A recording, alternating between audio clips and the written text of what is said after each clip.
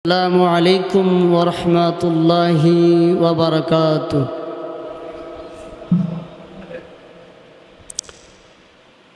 إن الحمد لله نحمده ونستعينه ونستغفره ونؤمن به ونتوكل عليه ونعوذ بالله من شرور أنفسنا ومن سيئات أعمالنا من يهده الله فلا مضل له ومن يضلله فلن تجد له مرشدا. نشهد أن لا إله إلا الله وحده لا شريك له وأشهد أن سيدنا سندنا طبيعنا حبيبنا حبيب طبيب قلوبنا قلوب مولانا محمدا عبده ورسوله الذي يرسله الله بالحق بشيرا ونذيرا وداعيا إلى الله بإذنه وسراجا منيرا. فقد قال الله تعالى في كلامه المجيد والفرقانه الحميد.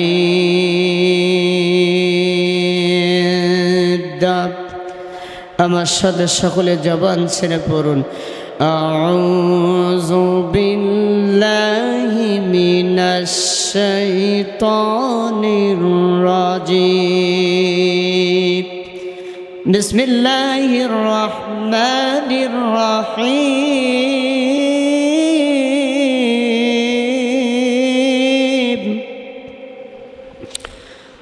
وقضى ربك ألا تعبدوا إلا إياه وبالوالدين إحسانا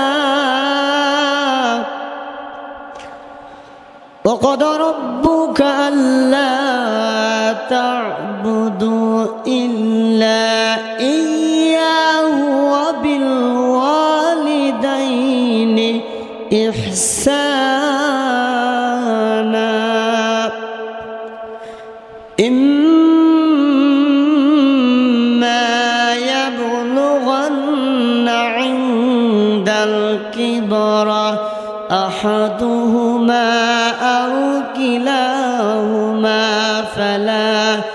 فلا تقل لهما أف ولا تنهرهما وقل لهما قولا كريما.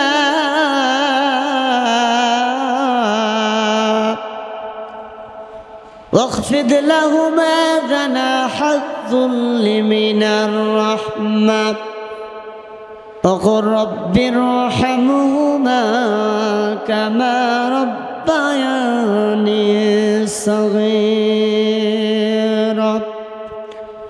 صدقت يا رب العال. وقال النبي عليه الصلاة والسلام خيركم من تعلم القرآن وعلمه أو كما قال النبي عليه الصلاة والسلام إن الله وملائكته يصلون على النبي يا أيها الذين آمنوا صلوا عليه وسلموا تسليما اللهم صل على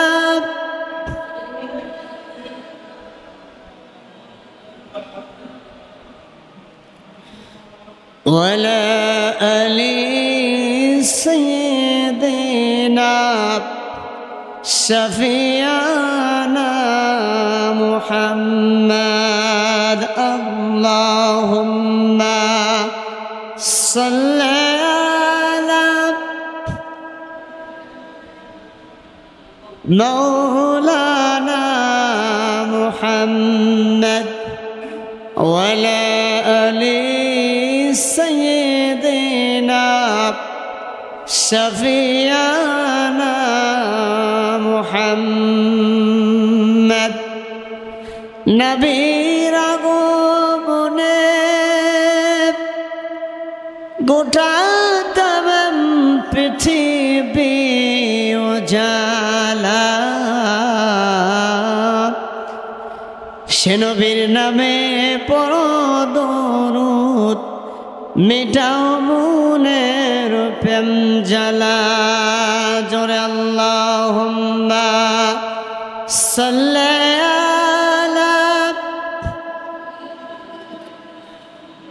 মাওলানা মুহাম্মদ ওয়ালা আলি সাইয়্যিদিনা شفيعنا محمد اللهم آمين ربنا ظلمنا أنفسنا وإن لم تغفر لنا وترحم لنا لنكونن من الخاسرين ربنا هب لنا من أزواجنا وذرياتنا قرة أعين واجعلنا للمتقين إماما রব্বুল আলামিন দক্ষিণ কান্দে জামে মসজিদের উদ্যোগে যুবক সমাজ কর্তৃক আয়োজিত আজকে একদিন ব্যাপী ওয়াজ মাহফিল সওয়াবে ওয়াজ মাহফিলের প্রথম দিনে আল্লাহ বাদ মাগরিব থেকে শুরু করে রাত্রি পরে 9টা পর্যন্ত রব্বুল আলামিন মহান আল্লাহ তাআলা আপনার দরবারে ফরিয়াদ জানাই কতগুলি গুনাহগার গোলামকে নিয়ে আমি গুনাহগার গোলাম আমার হাতের সাথে উলামায়ে কেরাম মুরব্বিয়ানে আযম ছোট্ট ছোট্ট কলিজার টুকরা সন্তানদেরকে নিয়ে সমবয়সী যুবকদেরকে নিয়ে মহান আল্লাহ তাআলা আপনার দরবারে খালি দুই হাত উত্তোলন করেছি আল্লাহ তাআলা জীবন ভর গুনাহ করলাম গুনাহ করতে করতে পাহাড় পরিমাণ গুনাহ হয়ে গেছে জানা অজানা শিরক বিদআত সগীরা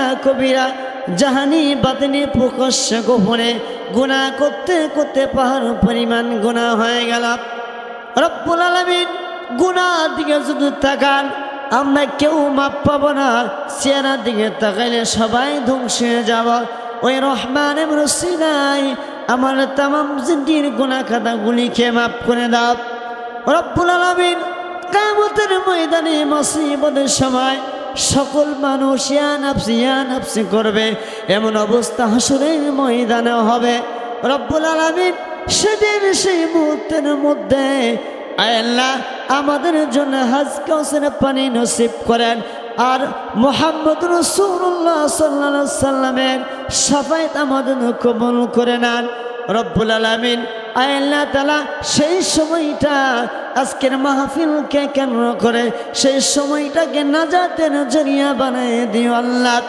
তাকাব্বাল মিন্না ইন্নাকা আনতাস সামিউল আলিম وتب علينا يا مولانا إنك أنت التواب الرحيم আয় আল্লাহ তাআলা আমি গুনাহগার গোলাম আমার এলেম কালাম কিছুই নাই আয় আল্লাহ তাআলা আপনার কুদরতের পার্লামেন্ট থেকে যতটুকু কথার বাজাত রেখেছেন আয় আল্লাহ কোরআন হাদিস থেকে অল্প সময় কিছু কথা বলতেছে আপনি কবুল করে নেন রব্বিরহামহুমা কামা রব্বায়ানি সগীরা রব্বিরহামহুমা কামা রব্বায়ানি সগীরা سبحان ربك رب العزة عما يصفون والسلام على المرسلين ওয়ালহামদুলিল্লাহি রাব্বিল আলামিন আমিন লা ইলাহা ইল্লাল্লাহু মুহাম্মাদুর রাসূলুল্লাহ লা ইলাহা আগে এই দুনিয়ার বুকে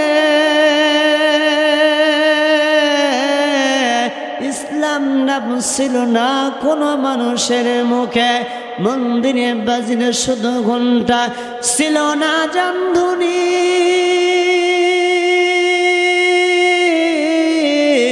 আজ থেকে বহু বছর আগে এই দুনিয়ার বুকে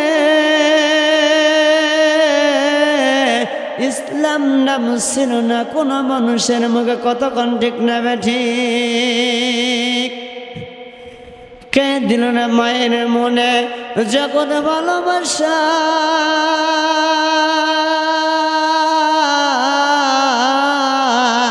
কে দিল পাখির কণ্ঠে মিষ্টি মধুর গান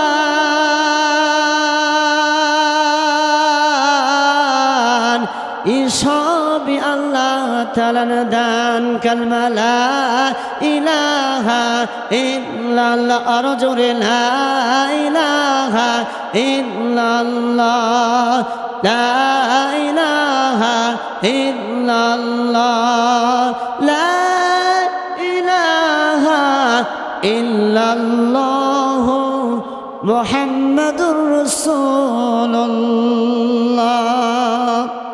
সকলে বলেন সাল্লাল্লাহু আলাইহি ওয়াসাল্লাম।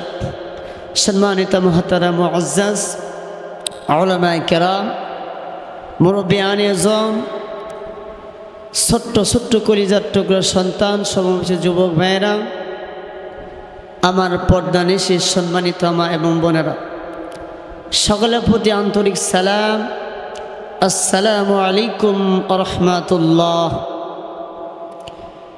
জানতে চাচ্ছি এই মুহূর্তে আপনারা কেমন আছেন?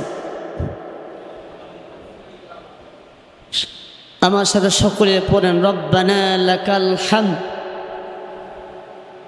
হামদান কাসীরান তাইয়িবান মুবারাকান ফীহি ইয়া রাব্বি কারামতি ইয়ানবাগি লিজালালি ওয়াজহিকা ওয়া আযীম সুলতানিক। প্রশংসা করলাম কার? প্রশংসা হবে কার? প্রশংসা করব কার? খাবার সময়,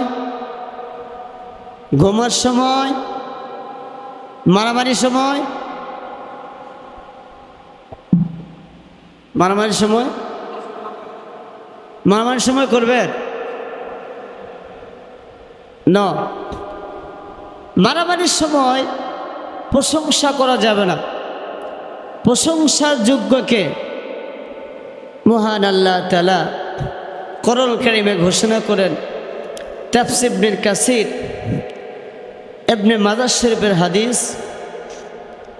কোন এক ব্যক্তি যখন এই দোয়াটা পাঠ করেন মহান আল্লাহ তাআলা দুজন ফেরেশতা তারা আমলনামার মধ্যে এই দোয়ার বরকত নেক যা হবে তা লিপিবদ্ধ করার জন্য ব্যস্ত হয়ে যায়। সম্মানিত ভাইরা আমার, মহান আল্লাহ তাআলার পক্ষ থেকে দুজন ফেরেশতা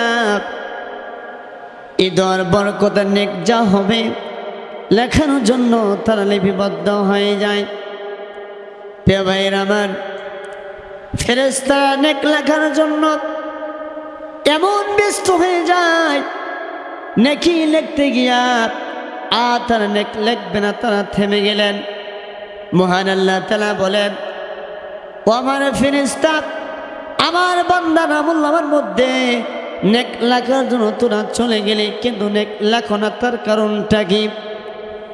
ফেরেশতারা বলবে, মহান আল্লাহ তাআলা আপনার গোলাম এমন একটি দোয়া পাঠ করেছে, এই দোয়ার বরকত নেই কতগুলো হবে আমরা তা ভেবে পাচ্ছি না, তাই তো লিখলাম না, থেমে গেলাম। মহান রব্বুল আলামিন বলবেন, ও আমার ফেরেশতা, আমার গোলাম এমন একটি দোয়া পাঠ করেছে, যে দোয়া নেক কতগুলি হবে তোরা ভেবে পাচ্ছ না। আমি আল্লাহ তাআলা ঘোষণা করে দিলাম ওই বান্দারা বললামের মধ্যে ওই দোয়াটা গোটা তুলে রাখো, কাল কিয়ামতের ময়দানে আমি আল্লাহ তাআলা ওই দোয়ার বরকতে যা নেক হবে আমি বান্দার আমলনামার মধ্যে বান্দাকে নিজ হাতে আমি আল্লাহ পুরস্কার দান করব। আল্লাহু আকবার, আল্লাহু আকবার বলবেন না? প্রিয় ভাইরা আমার, যে মহান আল্লাহ তাআলা মাগরিব থেকে শুরু করে এই পর্যন্ত কোরআন কারীমের মাহফিলে আসা বসার জন্য যে আল্লাহ তৌফিক দান করেছেন, সে মনিবের দরবারে আমরা শুকরগুজার হচ্ছি যে আল্লাহ সুস্থতার সাথে আমাদের কবুল করেছেন। সেই জন্য সে আল্লাহ তাআলার দরবারে আমরা সকলে প্রশংসা জ্ঞাপন করছি, সকলের সমস্যার পড়ছি আলহামদুলিল্লাহ। হলো না? আর একটু জোরে বলেন আলহামদুলিল্লাহ। আরো জোরে বলেন আলহামদুলিল্লাহ।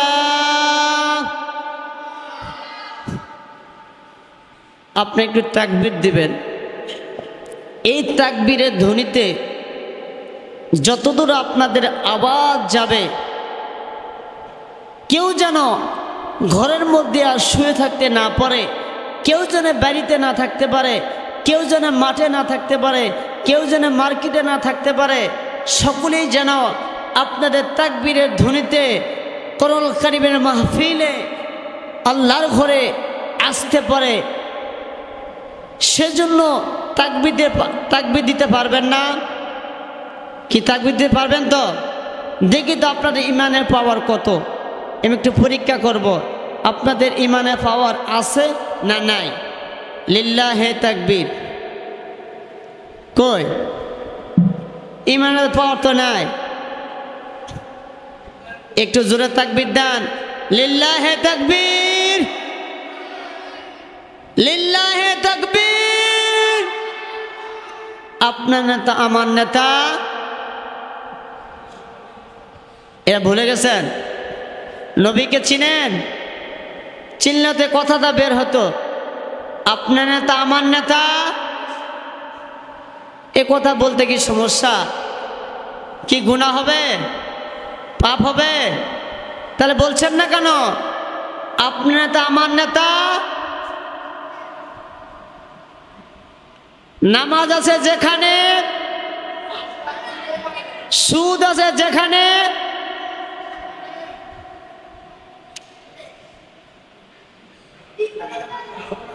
কোরআন আছে যেখানে, আলেম ওলামা আছে যেখানে, সুদ ঘুষ যেখানে, লিল্লাহে তাকবীর। প্রিয় ভাইরা আমার, আপনার নেতা আমার নেতা বিশ্বনবী মুস্তাফা মুহাম্মদ রাসূলুল্লাহ, সকলে পড়ুন সাল্লাল্লাহু আলাইহি ওয়াসাল্লাম। আলোচনা চলবে কতক্ষণ? পক্ষ থেকে ফয়সালা তোমাদের কাছে যে ও কদ রব্বুকা আল্লাহ তা'বুদু, ইবাদত করো সেই আল্লাহর। কোন রবের? কোন আল্লাহ? ইল্লা ইয়াহু ওয়া বিল ওয়ালিদাইনি ইহসানা। ওই রব ছাড়া, ওই আল্লাহ ছাড়া কারো ইবাদত করা যাবে? ওই আল্লাহর আইন ছাড়া কারো আইন মানা যাবে? ওই আল্লাহ ছাড়া কাউকে পূজা দেওয়া যাবে? ওই আল্লাহ ছাড়া কারো উপাস্য করা যাবে? ওই আল্লাহর আইন ছাড়া কারো আইন মানা যাবে? যাবে না। মহান আল্লাহ তাআলা বলেন, আমার পক্ষ থেকে ফয়সালা, কোন রবের ইবাদত করবেন? কোন রব? কথা বলেন। আল্লাহ তা'বুদু, ওই আল্লাহ ছাড়া কারো ইবাদত করা যাবে? ওই আল্লাহ ছাড়া কারো কাছে মাথা নত করা যাবে? এক জাতি এক জাতি মুসলমান বাংলাদেশে আছে যারা বর্তমান এই মুসলমানের দালাল। এরা কি? এরা মুসলমানের দালাল। এরা মুসলমানকে সব সময় নির্যাতিত করে, অপবাদ দেয়, সব সময় মুসলমানের পিছে তারা লেগেই থাকে। কথা বলেন ঠিক না বেঠিক? এই যেটা মুসলমান আছে না নাই, এর নামধারী মুসলমান। এরা হলো নামধারী মুসলমান। এরা মসজিদেও আসে, এরা দান সদকাও করে, এরা হজ করে, নামাজও আদায় করে, অথচ মুনাফিকি তাদের যায় না। কথা বলেন ঠিক না বেঠিক? তাদের মুনাফিকি গেছে, মুনাফিকি যায় না। প্রিয় ভাইয়ের আমার, আসলেই মূলত কথা হলো কোরআন হাদিস যেখানে আমরা আছি সেখানে, কোরআন হাদিস যেখানে আমরা আছি সেখানে। আজকে কোরআন হাদিস যেখানে সেখানে আমরা নাই, আমরা চলে গেছি অন্য জায়গায়। আজকে মসজিদগুলা শূন্যতা দেখা যায়। কারণটা কি? জুমার দিনে 1:15 বাজে, অথচ দুই কাতার আড়াই কাতার মানুষ। কথা বলেন ঠিক না বেঠিক? সেই ইমান কি আপনার মার আছে? সে ইমান আপনার মার নাই। এই জন্য আমাকে সে ইমান নামে দৌলতকে তৈরি করতে হবে। আসুন রব চিনি। আল্লাহ তাআলা এই আয়াতের মধ্যে কি বলতেছেন? وَقَضَى رَبُّكَ أَلَّا تَعْبُدُوا إِلَّا إِيَّاهُ وَبِالْوَالِدَيْنِ إِحْسَانًا। আল্লাহু আকবার। আমার আল্লাহ তাআলা বলেন, কোন গোলাম তার জবান থেকে যখন সুবহানাল্লাহ বলবে, আলহামদুলিল্লাহ বলবে, আল্লাহু আকবার বলবে, আমি গোলামের জন্য 3টা পুরস্কার দান করি। কয়টা পুরস্কার? 1 নম্বর পুরস্কার, আমার গোলাম যখন সুবহানাল্লাহ বলে, আলহামদুলিল্লাহ বলে, আল্লাহু আকবার বলে, আমি গোলামের জন্য 1 নম্বর পুরস্কার রাজি এবং খুশি হয়ে যায়। সুবহানাল্লাহ। 2 নম্বর পুরস্কার, আমার গোলাম যখন এই তাসবিহগুলি তেলাওয়াত করে, আমি গোলামের জীবনের সমস্ত গুনাহগুলিকে মাফ করে দেই। আর 3 নম্বর পুরস্কার হলো জান্নাতুল ফেরদাউস থেকে একটি সিট আমি বান্দার জন্য বরাদ্দ করে দেই। আল্লাহু আকবার।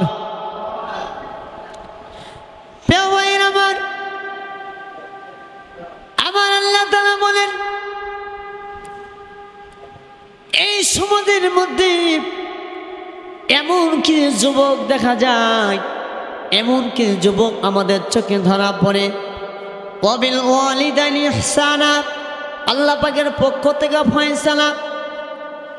এই সমাজের মধ্যে এমন কিছু যুবক দেখা যায়, যেই যুবকগুলা যখন মা বাবা বৃদ্ধ হয়ে যায়, বৃদ্ধর সময় উপনীত হয়ে যায়, সেই সময় যুবক কিন্তু মা বাবার প্রতি ইহসান করে না, দয়া করে না। আছে না নাই?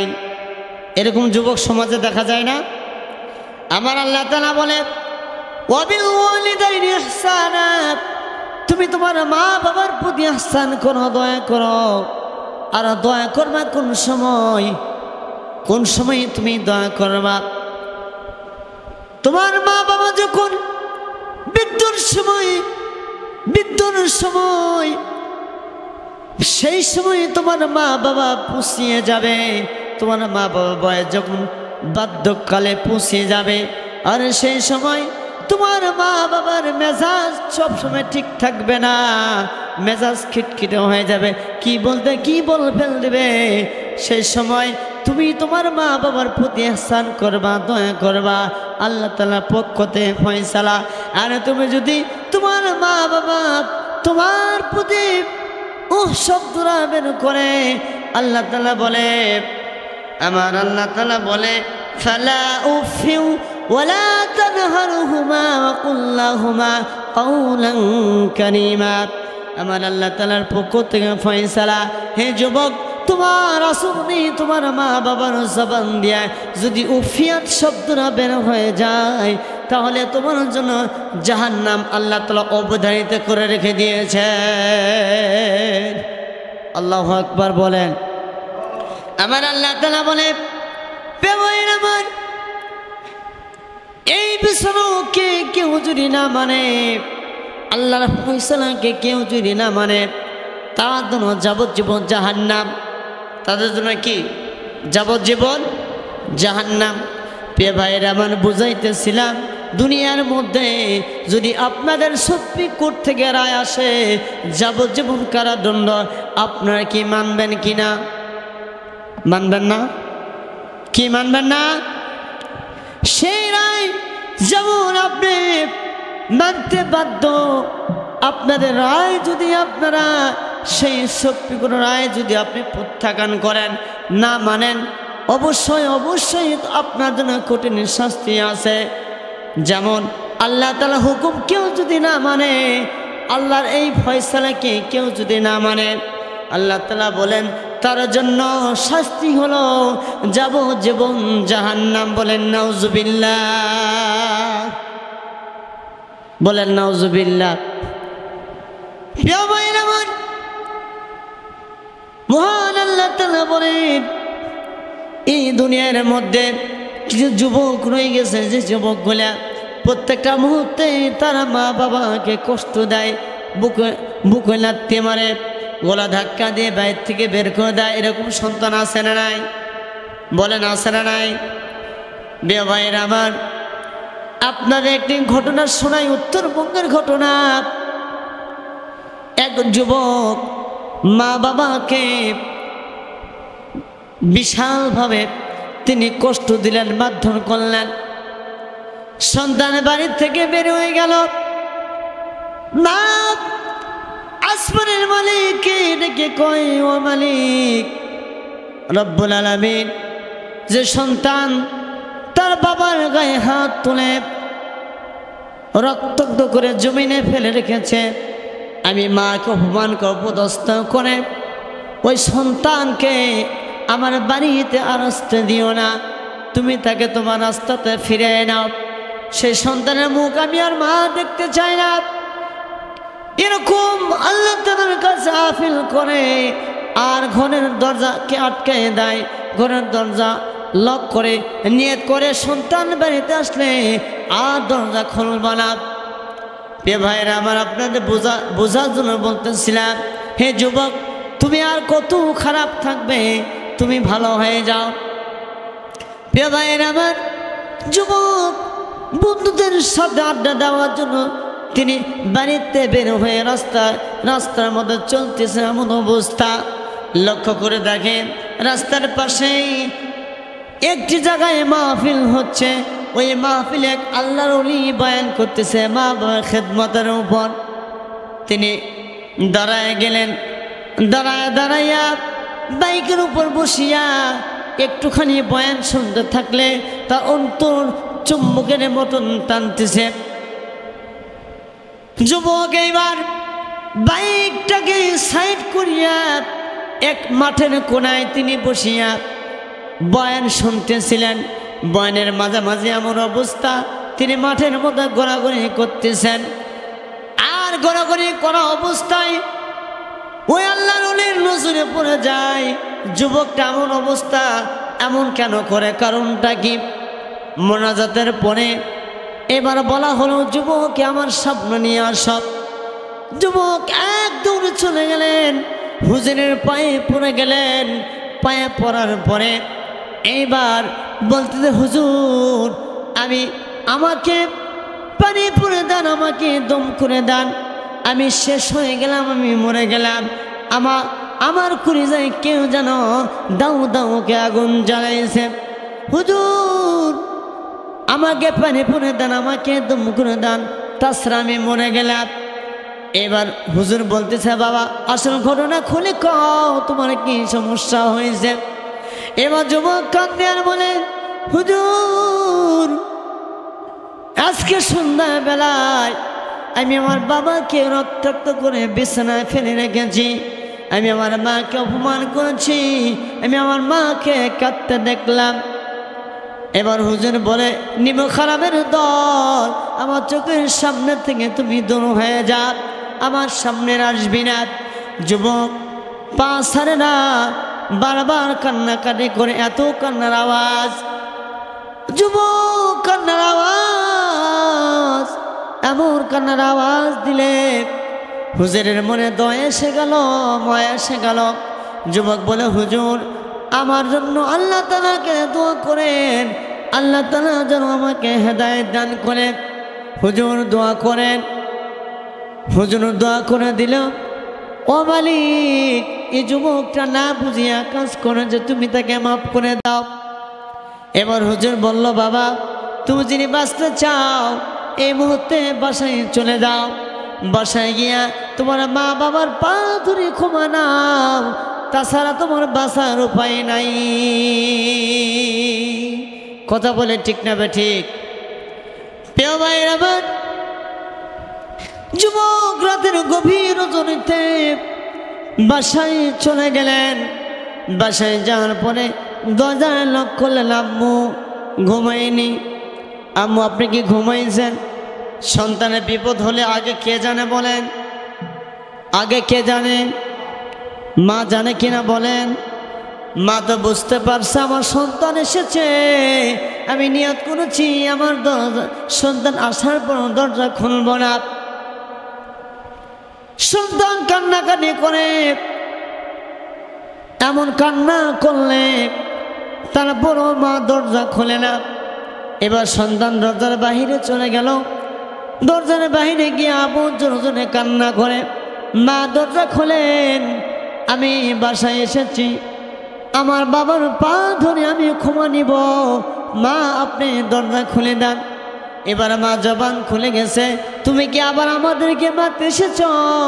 তোমার মতো সন্তানের আমাদের দরকার নাই, তুমি বাসাতে বের হয়ে যাও। কিন্তু না না, সন্তান আবার আবুব কান্না করে, মা দরজা খুলে দাও, আমি আমার বাবার পা ধরে মাপ নিতে চাই। সন্তান এমন কান্না করে, অল্প সময়ের মধ্যে মার কলি যায়, ঢেউ আর তরঙ্গ শুরু হয়ে যায়। এমন অবস্থা মা দরজা খুলে দিলে সেই যুবক দৌড়ে গেলেন, মার পায়ে পড়ে গেল। মা আমি অপরাধ করেছি, আমাকে মাফ করে দাও, আমাকে ক্ষমা করে দাও, আমি ভুল করেছি, আমাকে মাফ করে দাও। মা বলল, বাবা ওঠ, তোমার বাবার পা ধরে মাপ দাও, তাছাড়া বাঁচতে পারবি না।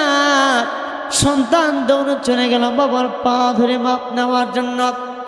এবার যুবক চলে গেলেন বাবার পা ধরার জন্য। পা ধরে বাবার কাছ থেকে মাপ নাই, আব্বু আমাকে ক্ষমা করে দাও।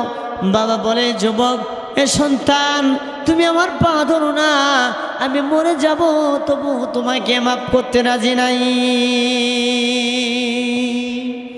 কথা বলেন ঠিক না বে ঠিক? এই ধরনের যুবক সমাজে আছে না নাই? এই যুবক তুমি তোমার মা বাবাকে আর কত কষ্ট দিবা? যে মা বাবাকে কষ্ট দেয় সে কোনোদিন তার সংসারে শান্তি আসতে পারে না, তার কলিজা কোনোদিন শান্তি পাবে না। যে জায়গায় যাক না কেন তার কলিজা দাও দাওকে আগুন জ্বলবে। কতক্ষণ ঠিক নেবে ঠিক? কথা বলেন প্রিয় ভাইরা আমার। এই জন্য বলছিলাম, এই যুবক তোমাকে ভালো হতে হবে, মা বাবার প্রতি ihsan দয়া করা লাগবে। বর্তমান কিছু যুবক আছে, যেই যুবকগুলা সঙ্গ দোষে নষ্ট হয়ে যায়, তারা মদ্যপান করে বাসায় ফিরে। বাসায় ফেরার পর তার বিবির সাথে মার সাথে খারাপ আচরণ করে। এই ধরনের যুবক আছে না নাই?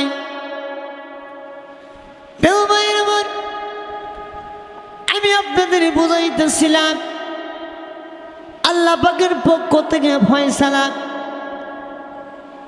যে রব চাই জিন্দেগি গঠন করবে, মন চাই জিন্দেগি, রব চাই জিন্দেগি গঠন না করে মন চাই জিন্দেগি গঠন করবে, ওই ব্যক্তির জন্য যাবজ্জীবন জাহান্নাম। কথা বলেন ঠিক না বেঠিক? আমি আপনাদের বলতেছিলাম আল্লাহ তাআলা কত দয়াশীল, কত মায়াশীল। আমি যেভাবে চলাফেরা করতেছি এভাবে কিন্তু চলাফেরা উচিত নয়। আজকে কিন্তু মুসলমান, নামধারী মুসলমান, তারা কিন্তু 5 ওয়াক্ত নামাজের ধার ধারে না। যদি জুমার দিন একটু জুমার দিনে নামাজে আসেন, তারপরও কিন্তু ধরপরকে নামাজ পড়ে বেরিয়ে হয়ে যায়। প্রিয় ভাইয়ের আমার, আপনাদের বলতেছিলাম সময় সংক্ষেপ, আমার আলোচনার শেষের দিকে। প্রিয় ভাইয়ের আমার, আমি আপনাদের অনুরোধ করব, আপনারা অথচ ঘোরাফেরা না করে আপনার জীবনটাকে বাস্তবায়ন করার চেষ্টা করুন। আল্লাহর পথে ফিরে আসেন, কোরআনের পক্ষে ফিরে আসেন। অথচ সময়কে আপনার নষ্ট করবেন না। আজকে আমরা যত সময় আমাদের চলে যাইতেছে, 1 মিনিট চলে গেলে সে মিনিট কিনার ফিরে পাবো না। আইসক্রিম কিনে আনার পরে গ্লাসের মধ্যে যদি আপনি ভরে রাখেন, ওইটা 10 মিনিট পরে গেলে ওই আইসক্রিম কিনে গোটা থাকবে না। পানির ফোঁটার মতো পড়তে পড়তে সেই আইসক্রিম কিনে শেষ হয়ে যাবে। আপনার একদিন চলে যাচ্ছে, সেই দিনটা কিন্তু আর ফিরে আসবে না। এই জন্য ভাই আপনাদেরকে বলতেছি, আমি ফিরে আসি, আল্লাহ হুকুম আদায় করেন, 5 ওয়াক্ত নামাজ জামাতের সাথে আদায় করেন, কোরআন হাদিস অনুযায়ী চলাফেরা করেন, রসুলের তরিকা অনুযায়ী চলেন, আল্লাহ হুকুম সঠিকভাবে আদায় করেন।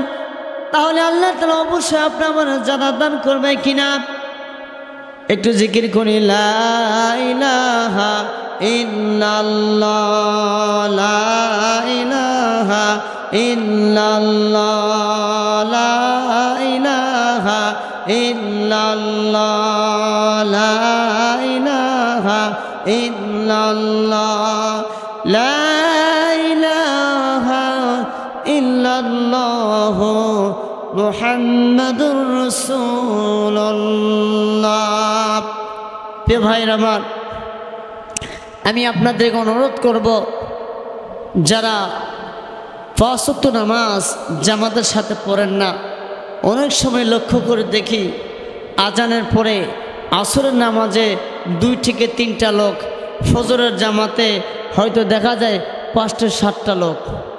কিন্তু আপনারা এত সুন্দর একটি মসজিদ করেছেন, এই মসজিদ সুন্দর করার পর, মডেলিং করার পর, সৌন্দর্য করার পর যদি আপনারা মসজিদে এসে ইবাদত না করেন, ওই সৌন্দর্যের কোনো দাম আছে?